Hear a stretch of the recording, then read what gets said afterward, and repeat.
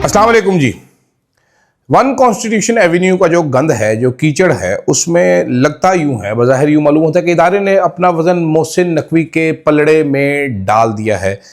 अफसार आलम की स्टोरी को रिफ्यूट किया जा रहा है। जैसे कि मैंने सुबह वीलॉग कल किया था, उसमें बताया था कि ये पॉसिबल नहीं है इस तरीके से मोहसिन नकवी के लिए अकेले सब कुछ करना। वन मैन शो अफसार आलम साहब फरमा रहे थे वन मैन शो नहीं है, और अब बज़ाहिर यही कहा जा रहा है और अफसार आलम साहब को फैक्ट चेक करने का मशवरा दिया गया। ये कैसे हुआ है ये आपको समझाऊंगा। खोते का गोश्त और हमारे वज़ीर-ए-आज़म का दफ्तर, ये भी एक इंटरेस्टिंग कहानी है। पाकिस्तान में काम कैसे होता है, क्यों होता है पाकिस्तान में इस तरीके से, क्या दुनिया के किसी और मुल्क में भी इस तरह होता है? महंगाई ने अवाम का मत मार के रख दिए, कमर तोड़ के रख दिए, और इस तबाहकुन महंगाई में हमारे हुक्मरानों की तरजीहात क्या हैं, इस पर भी मैंने बात करनी है। फिर साथ जनाबे वाला मुल्क के अजीमुश्शान उभरते हुए लीडर खाली कुर्सियों से इकराउल हसन साहब खिताब कर रहे हैं। अब आपको समझ आएगी कि हर टाइम ये पोथला क्यों रहता है, इसके मुंह से झागें क्यों निकल रही होती हैं, इसकी हर टाइम पे तबीयत क्यों ख़राब रहती है। भाई क्या वजह है इसकी, इमरान खान के ही पीछे पड़ा रहता है। वो सारी चीज़ें अब आपको नज़र आ रही हैं। वीडियो में बात करेंगे ख्वाजा साद रफ़ीक साहब की भी, वो भी बड़े इनोसेंट बने हुए हैं आजकल, उनके ऊपर भी बात करते हैं। मैं हूँ अदील राजा, आप देख रहे हैं मेरा YouTube channel. Subscribe, like, share ज़रूर कीजिएगा जनाब। मेंबरशिप और सुपर थैंक्स का ऑप्शन जो मेरे जर्नलिज्म को सपोर्ट करना चाहे उनके पास मौजूद है, इस्तेमाल कर सकते हैं। तो जनाबे वाला अफसार आलम साहब ने बड़ी सनसनीखेज स्टोरी की जी। अब वो शेयर कर रहे हैं, अपने टैक्स रिटर्न्स भी शेयर कर रहे हैं। ये नहीं बता रहे कि अपार्टमेंट टोटल कितने का लिया, ये भी नहीं बता रहे कि बिस्मिल्लाह ग्रुप का जो ये पाशा है हफीज़, इसके साथ इनकी यारी दोस्ती थी कि नहीं थी, ये भी नहीं बता रहे कि क्या वो इसको रिकमेंड करते रहे दूसरे लोगों को कि नहीं। साथ साथ इस्लामाबाद में एक और एंकर भी हैं, बड़े सीनियर तरीन एंकर हैं, वो भी बड़े दुखी हैं इस पर। वो कंसल्टेंट रहे हैं हफीज़ पाशा साहब के शुरू में, बहुत सारे लोग हैं। खैर आजकल हम बनियान महसूस कर रहे हैं, वो मना रहे हैं इंडिया के खिलाफ, तो ज़रा ये आगे चल के बताएंगे। लेकिन जैसे कि मैं पहले ही सोच रहा था, अब मेरी प्रेडिक्शन इसमें सबसे पहले आप सुन लें। प्रेडिक्शन ये है जनाबे वाला कि अफसार आलम साहब को कुछ नहीं कहा जाएगा। बहुत सारे साफ़ी ये सोच रहे थे कि टीका लग जाएगा, तो कुछ नहीं किया जाएगा अफसार आलम साहब को, और मोहसिन नकवी साहब मोस्ट प्रॉब्ली स्टोरी को इग्नोर करेंगे, और मोहसिन नकवी साहब इसी तरह काम करते रहेंगे। क्योंकि जो पहले इनिशियली कहानी बनाई जा रही थी कि this is Mohsin Naqvi versus Afsar Alam, असल में नहीं बल्कि मोहसिन नकवी वर्सेस नून लीग है। वजह इसकी क्या है? वजह इसकी बड़ी सिंपल सी, हमारे थिंक टैंक ने हमें क्या, उन्होंने कहा जी पिंड का जो चौधरी होता है ना, ताकतवर बड़ा, उन्होंने मरासी रखे होते हैं, मुख्तलिफ़ किस्म के मरासी रखे थे, वो मरासियों से काम करवाते हैं। चौधरी ख़ुद तो लोगों को डराने धमकाने नहीं जाता है, इस काम के लिए मरासी रखे होते हैं। तो मरासी कभी कभार गलती भी कर देते, फिर चौधरी उसका हल्का सा छंड देता है, लेकिन चौधरी को हर टाइम मरासी चाहिए होते हैं।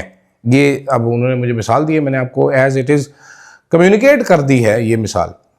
लेकिन अफसार की स्टोरी के बाद एक ट्विटर अकाउंट है अमार सोलंकी, मैं नहीं जानता, मुझे नहीं पता कौन है। मुनीफ फारूक साहब ने बताया था कि ये एजेंसी का ट्विटर अकाउंट है, वहाँ से राय का इजहार किया जाता है।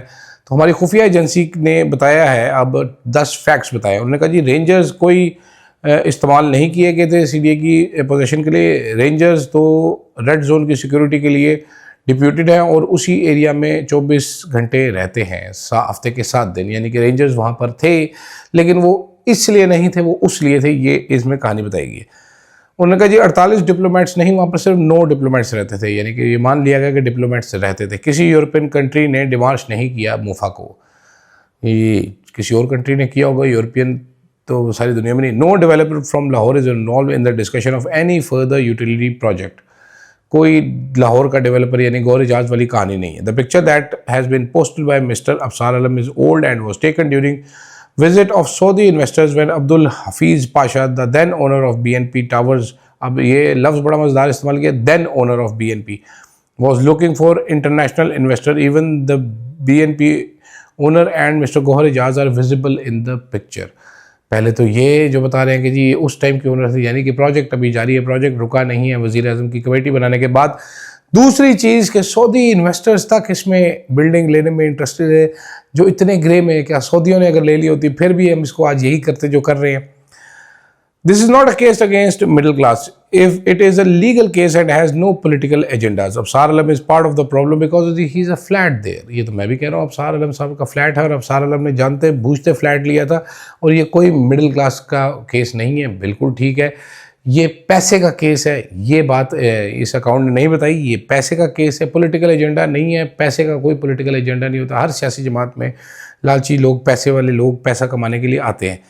टोटल लैंड अफसार आलम साहब ने कहा था 80 कनाल है, वो 108 कनाल है, जिसको multiple tower, garden, banquets, commercial areas, multiple parking lots और लैंडस्केपिंग के लिए इस्तेमाल हो रहा था। ये तो किसी प्रॉपर्टी डीलर का मुझे ट्वीट लग रहा है जिस तरह के अल्फाज इस्तेमाल किए गए।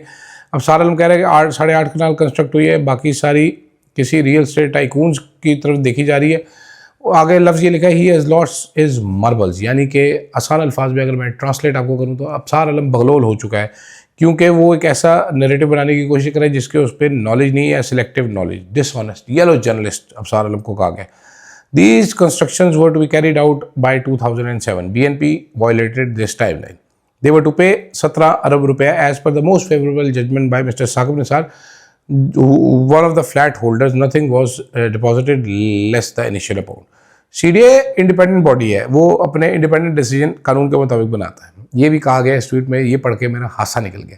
10वें नंबर पे कहा है कि evil deeds has evil consequences. ये आपको भी याद रखने की जरूरत है, ईवल डीड्स के ईवल कॉन्सिक्वेंसेज होते हैं। Never get a property through illegal means और इन illegal litigated area. Afsar Alam को अपने फैक्ट्स चेक कर लेने चाहिए। तो अफसार आलम साहब को झुटला दिया गया है, मतलब इसका साफ है। जो अफसार आलम साहब कहानी तुन रहे थे हमें कि मोहसिन नकवी ने अकेले ही वन मैन शो कर दिया, रेंजर्स को भी फुदू लगा दी, ये लगा दिया, वो लगा दिया, तो अभी नज़र ही आ रहा है कि इदारा फुली मोहसिन नकवी साहब को बैक कर रहा है। दूसरी तरफ वज़ीर आज़म साहब के दफ्तर को एक चाइनीज़ कंपनी, जिसको कि हमने गधे के गोश्त का लाइसेंस दिया एक्सपोर्ट करने का चाइना और खा ले, उस मामले में इंटरवीन करना पड़ गया। मामला तब गंभीर हुआ जब उस कंपनी ने वज़ीर आज़म को ख़त लिखा है थ्रेटनिंग के, भाईजान हम फिर छोड़ कर जा रहे हैं। सी पे कहता है कि कंपनी आई हुई थी गवादर में, एक फैक्ट्री इस्टेब्लिश होनी थी जहाँ से गधे का गोश्त और गधे की खालें चाइना एक्सपोर्ट की जानी थी। गधे की खाल से चाइनीज़ एक कोलेजन निकालते हैं, उसकी एक मरहम या बाम या कोई दवाई बनाते हैं जो कि आपके यूथ को बरकरार रखती है, स्किन के प्रोडक्ट्स में यूज़ होती है। खोते की खल, और चाइना में वो ट्रेडिशनल कोई मेडिसिन है को बहुत ज़्यादा वो इस्तेमाल की जाती है, लोगों को बड़ी पसंद है और वो एक्सपोर्ट भी बड़े पैमाने पर करते हैं। तो खोता जो है वो हमने वहाँ पर काट के टोटे टोटे करके तो भेजना था चाइना में, और ईसीसी इसकी मंजूरी बड़ी पहले दे चुकी थी। द हिडन ट्रूथ चैनल अगर आप मेरा ढूंढेंगे तो उस पर मैंने पहली वीडियो खोते पे ही की थी। इसमें पूरी डिटेल मैंने इसकी बताई थी, कब दिया गया था, कैसे दिया गया था, और क्या ये गोश्त पाकिस्तान में फ़रोख्त हो रहा है, क्योंकि खोते तो ज़बह हो रहे हैं, गोश्त अभी तक चाइना जा नहीं रहा था, बड़ा क्लियर है। लेकिन इस मुल्क का हाल देखिए, ईसीसी अप्रूवल दे चुकी थी, जो मिनिस्ट्री थी वो बैठी हुई थी कि खोते का गोश्त अप्रूव करना है नहीं करना। हमारे सरकारी बाबू जो है पता नहीं खोते खाते हैं क्या करते हैं। तो वज़ीर आज़म साहब का दफ्तर जो है वो खोते के गोश्त एक्सपोर्ट करने के लिए एक चाइना की कंपनी की धमकी पर वो हरकत में आया और उसने कहा जनाब खोते भेजने दें, हमें खोते भेजने हैं इनको। वज़ीर आज़म साहब ने फ़ौरन चाइनीज़ कंपनी के दुखों का अजाला किया। कमाल है, इस मुल्क में काम कैसे होता है, कमाल है। इसीलिए तो आम लोगों को, बेचारों को, जिनको लग्जरी नहीं है, मेरे जैसे लोगों के, वज़ीर आज़म के दफ्तर को एक थ्रेटनिंग लेटर लिख सके, हमारा कोई काम नहीं होता तो हम रिश्वत दे के गुजारा करते हैं। रिश्वत दें और अपना काम करवाएं, वज़ीर आज़म को ख़त लिखने की ज़रूरत नहीं है। अनलेस अगर आपने खोते चाइना एक्सपोर्ट करे तो वज़ीर आज़म साहब would be very interested in helping you. दूसरी तरफ मरीम नवाज़ शरीफ साहिबा जो नशा करती हैं वो मैं भी करना चाहता हूँ। मरीम नवाज़ शरीफ ने उस दिन बताया कि जी महंगाई 2024 में ऐसे जा रही थी, 2026 में वो ऐसे आ रही है। सरकारी आदाद शुमार जो शहबाज शरीफ उनके चाचे की हुकूमत ने जारी की, उसके मुताबिक इन्फ्लेशन यानी महंगाई डबल डिजिट्स में दाखिल हो चुकी है। इतनी महंगाई हो चुकी है कि 3 साल में पिछले नहीं हुई इतनी महंगाई, यानी पहले महंगाई का अवाम रोने रोने थे, अब डबल डिजिट्स में दाखिल हो चुकी है। और ये आपको नज़र भी आ रहा है। आज भी इंतज़ामिया के तमाम तर दावों के बावजूद इस्लामाबाद में, पिंडी में दही 300 रुपये किलो, दूध 280 रुपये किलो मिल रहा है। और चीज़ें भी महंगी होती चली जा रही हैं और होती चली जाएंगी। लेकिन इसमें जो ज़्यादा सीरियस चीज़ है वो है हुक्मरानों का आवाम के साथ डिस्कनेक्ट। ये एक ऐसे बिहेव करे जैसे इनको पता ही नहीं है, या ये मरीम नवाज़ शरीफ तो ऐसे बिहेव करे जैसे आवाम जो चाइना के लिए खोते भेज जाते तो हम खुद ही खा जाते हैं, हमारा खोता दिमाग है, हमें समझ ही नहीं आती।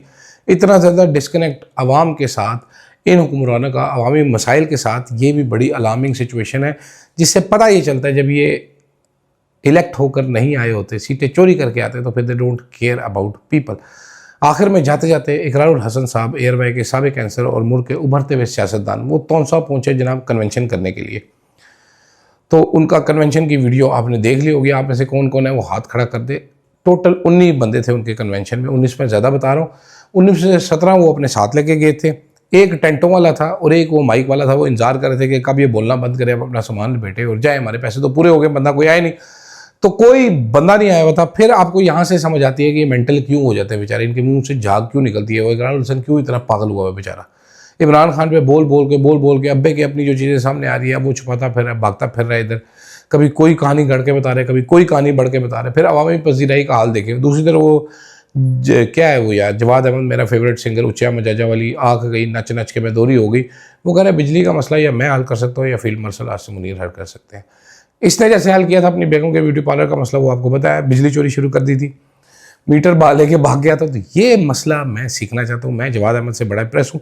मैं इकरार से ज़्यादा जवाद को वेट देना चाहूँगा, उसके पास किसी मसले का हल तो है। इकरार साहब को अभी पता चल गया होगा कि साफ़ी माइक लेके जाना और कैमरे की ताकत, चैनल की पावर इस्तेमाल करना और ख़ुद अपने पैरों पर खड़ा होना बड़ा फ़र्क होता है। चौधरी साहब इतने ही आप बड़े दानिश्वर होते तो कोई 2-4 बंदे तो आपको सुनने आ जाते ना। 17 बंदे आप गाड़ियों में भर के लेके गए अपने साथ कि चलाओ यार मेरे नाल जरा, मैं कल्ला उत्थे होऊंगा, कोई चपेड़ा ही ना मार देवे।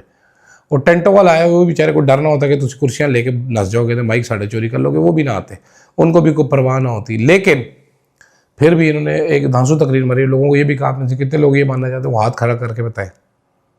कैमरे उधर लगे होते, एक बंदे ने कैमरा पीछे घुमा दिया, वहाँ से पता चला हमें। वो मेरा ख्याल इकरार की टीम का ही बंदा था जो जम्मे गफीर दिखाना चाहता था, बड़ी ज्यादती की उसने इकरार किया था। खैर अगली वीडियो में अपडेट करेंगे इमरान खान के केसेस के हवाले से, बुशरा बीबी के केसेस के हवाले से। फिलहाल इसको एंजॉय कीजिए, मुझे दीजिएगा इजाज़त। अल्लाह हाफ़िज़।